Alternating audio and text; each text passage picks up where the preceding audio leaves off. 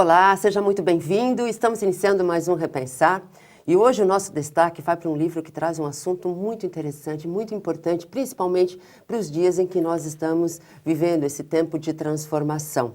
Esse livro tem como título Jesus e a Arte de Vencer Desafios. E quem está aqui conosco é um palestrante que fala de espiritualidade, é comunicador, é muito conhecido seu, é o William Sanches, esse jovem que traz muita alegria para todos nós. Seja muito bem-vindo, William. Obrigado pelo convite. Mais uma vez, né? Isso é muito Mais bom. uma vez. E falar de Jesus é sempre um prazer, é sempre uma alegria a gente poder falar e ter oportunidade de falar sobre Jesus. A gente deve isso a ele, eu acho. Pois é, eu acho extraordinário. E esse título, né, William, A Arte de Vencer Desafios, é tudo o que nós precisamos atualmente, não é mesmo? Eu acho que não exista ninguém que não esteja passando por um desafio. Seja ele relacionamento, seja ele um desafio profissional, seja ele um desafio interno. Nós estamos ouvindo muito atualmente pessoas dizendo assim, nós estamos vivendo um movimento no mundo, mas tem guerras, tem ainda pessoas que explodem umas às outras, a gente está vivendo um momento de muita dificuldade. Cadê esse momento de regeneração? E eu fiz outro dia uma reflexão sobre isso, eu fico pensando comigo mesmo, muita coisa, né? E eu pensando assim, esse movimento todo que a espiritualidade nos diz sobre regeneração já está acontecendo há muito tempo. Sabe onde? Dentro das pessoas. Mas isso é silencioso. Então as pessoas elas estão num movimento interno delas, elas estão buscando muito. E aí está a prova dos temas da espiritualidade que têm feito tanto sucesso. Porque as pessoas elas têm buscado o tema espiritualidade para que elas possam se conhecer melhor e principalmente trazer para elas não mais um conforto, porque, viu, Zida, as pessoas não querem mais aquele conforto bonitinho. De ficar assim, ai, que bom, que Deus me ama, então eu vou me confortar meu coração, porque o que eu estou passando é um castigo, então é uma prova e vou passar por isso. Não, as pessoas não aceitam mais isso. As pessoas querem, sim, uma palavra que faça um movimento dentro delas para elas saírem do estado atual e irem para o estado desejado. Então, todos nós queremos vencer os nossos desafios. Sim. E Jesus nos ensina muito isso, com toda a sua história, com todos os seus ensinamentos. E eu procurei trazer com o livro sobre Jesus. Esse é meu segundo livro sobre Jesus. Eu tenho um que se chama-se 5 Letras que Mudaram o Mundo. E agora estou lançando esse recentemente, chamado Jesus e a Arte de Vencer Desafios. E eu sempre procuro com os meus livros trazer um Jesus atual. Sim. Porque Jesus está muito atual. Nunca tiveram tão atuais os ensinamentos dele. E próximo, né, William? Porque Próximo ainda de há nós. quem entenda que Jesus está longe, está distante. Não está. A gente fica, às vezes, ouvindo muito assim, eu estou idolatrando Jesus. E aí a gente vai distanciando muito de Jesus. Sim. E Jesus não é isso não, gente. Jesus é pé no chão, Jesus é aqui com a gente. Jesus, quando esteve aqui encarnado no corpo de um homem, Jesus buscava essas pessoas onde elas estavam. Jesus, quando desce no Vale dos Leprosos, todo mundo fala, não, o senhor está maluco, vai entrar aí não pode entrar. E ele busca as pessoas. Então, esse movimento de buscar as pessoas, ele é incrível. Tem muita gente hoje se afastando uma das outras porque não perdoa, porque não tem a humildade de conversar, não tem a humildade nem de aprender com o outro. Então, ser humilde não é ser pobre, não é ser coitadinho, não é ser aquele coitadismo, isso é vitimismo, isso é outra coisa.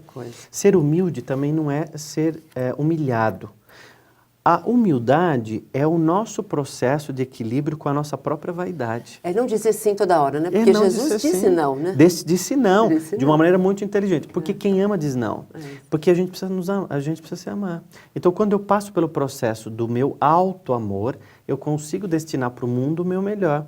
Jesus ele vem fazendo uma renovação dentro do próprio movimento dos judeus. Porque Jesus nasce ali, Jesus judeu, e ele não é aceito pelos judeus. Sim. Você sabe que lá em Jerusalém, eu achei incrível, porque Jerusalém toda cercada com as muralhas, e tem 8 grandes portões de entrada e saída lá. E tem um portão que ainda está fechado, porque eles acreditam que o Messias ainda virá, que o grande Salvador ainda virá. Então eles não enxergam Jesus. Então se hoje, há mais de 2015 anos, depois que Jesus esteve aqui ensinando, pregando, multiplicando o amor, buscando as pessoas, renascendo, eles ainda não aceitam Jesus. Imagina quando Jesus esteve lá falando para multiplicar, para repartir, porque Jesus, ele tinha também uma atitude política, porque ele queria inserir na sociedade uma atitude socialista. Então ele queria que aquele exemplo que ele faz de repartir o pão, ele queria que as pessoas repartissem esse pão, repartir os peixes, sabe? Transformar a água em vinho, servir a todos da festa. Jesus, uma atitude totalmente socialista. Então, e não foi aceita. Então, quando as pessoas dizem que elas estão esperando, por exemplo, hoje, nessa crise que nós vivemos, né, uma crise, como você disse, uma crise geral, né? Elas estão esperando que a espiritualidade faça alguma coisa, às vezes até dizem assim, a espiritualidade não está dando conta. Isso não é verdade. Eu acho incrível quando as pessoas jogam a culpa na espiritualidade e ainda falam, a espiritualidade não está dando conta, o plano espiritual... Primeiro que o plano espiritual também tem as suas responsabilidades, também está trabalhando, também está fazendo as coisas deles.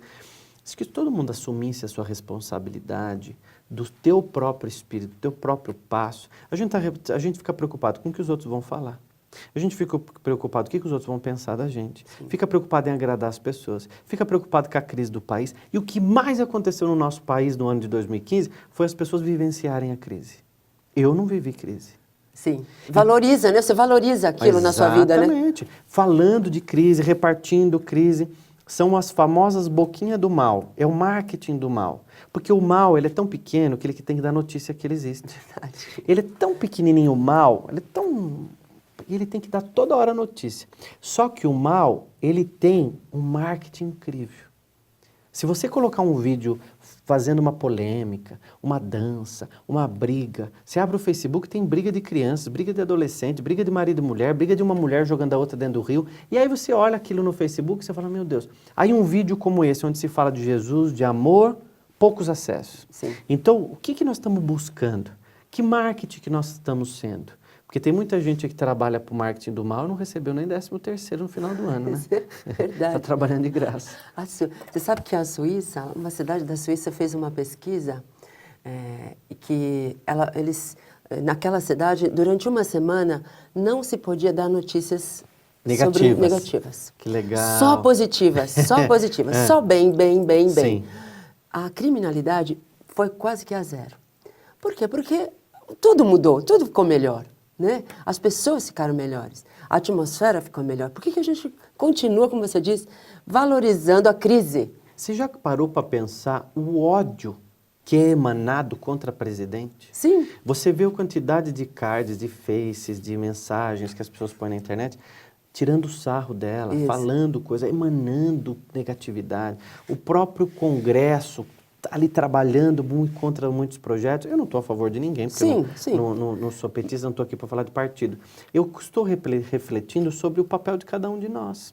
Porque nós somos um povo que ainda é muito corrupto. Sim. Então, a corrupção ela está em todos os lugares. Então, aí a pessoa coloca uma fita isolante na placa do carro, dia do rodízio, não devolve o troco a mais, não emite nota no médico para não lançar no imposto de renda. Então, eu faço isso aqui, eu maltrato a pessoa que trabalha na minha casa. Então, não existe o meio honesto, ou é ou não é. Não existe grávida e eu estou meio grávida. Não, ou você está grávida ou você não está. Então, é a mesma coisa. Certo. Nós vamos continuar já, tá, William? Que bom, passa rápido, né? Passa rápido. Nós vamos dar um breve intervalo e já voltamos. Leve para casa o DVD com os temas Depressão e Obsessão. Mais um produto especial da TV Mundo Maior. A maioria das pessoas já se sentiu triste em algum momento da vida. Mas quando essa tristeza não passa e começa a atrapalhar o nosso cotidiano? Doutora Marlene Nobre fala de culpa e depressão, abordando o universo dos pensamentos e apresenta os estudos de André Luiz e Chico Xavier para o alcance da felicidade e da plena saúde mental. Obsessão? Como ela se instala e como evitá-la? Anete Guimarães nos mostra como a obsessão é tão contagiosa e perigosa quanto uma infecção parasitária. Além disso, aprenda como podemos condicionar o pensamento para a nossa felicidade e a das pessoas que amamos. Adquira e auxilie na divulgação espírita, estude os temas, exiba no centro espírita que você frequenta ou presenteie um amigo. Adquira através do site www.mundomaior.com.br ou pelo telefone 11 4966 5775. É a TV Mundo Maior ajudando a você ser um mensageiro de luz.